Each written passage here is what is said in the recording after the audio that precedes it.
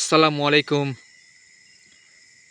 আলহামদুলিল্লাহ, বাজারে বিক্রির জন্য আমাদের লাল শাক প্রস্তুত করা হচ্ছে।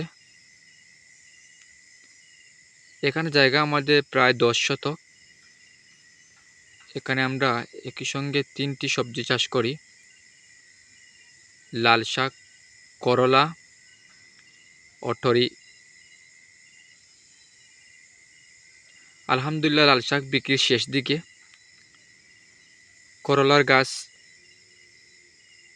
মোটামুটি আলহামদুলিল্লাহ অনেকটা বড় হচ্ছে। আর এদিকে আমাদের টরি গাছে আলহামদুলিল্লাহ ফুলকই ভালো আসছে, আল্লাহর শুকরিয়া। ইনশাল্লাহ কিছুদিনের ভিতরেও আমরা টরি বিক্রি করতে পারবো। আসলে ইচ্ছা শক্তি তাহলে সব কিছুই করা যায়।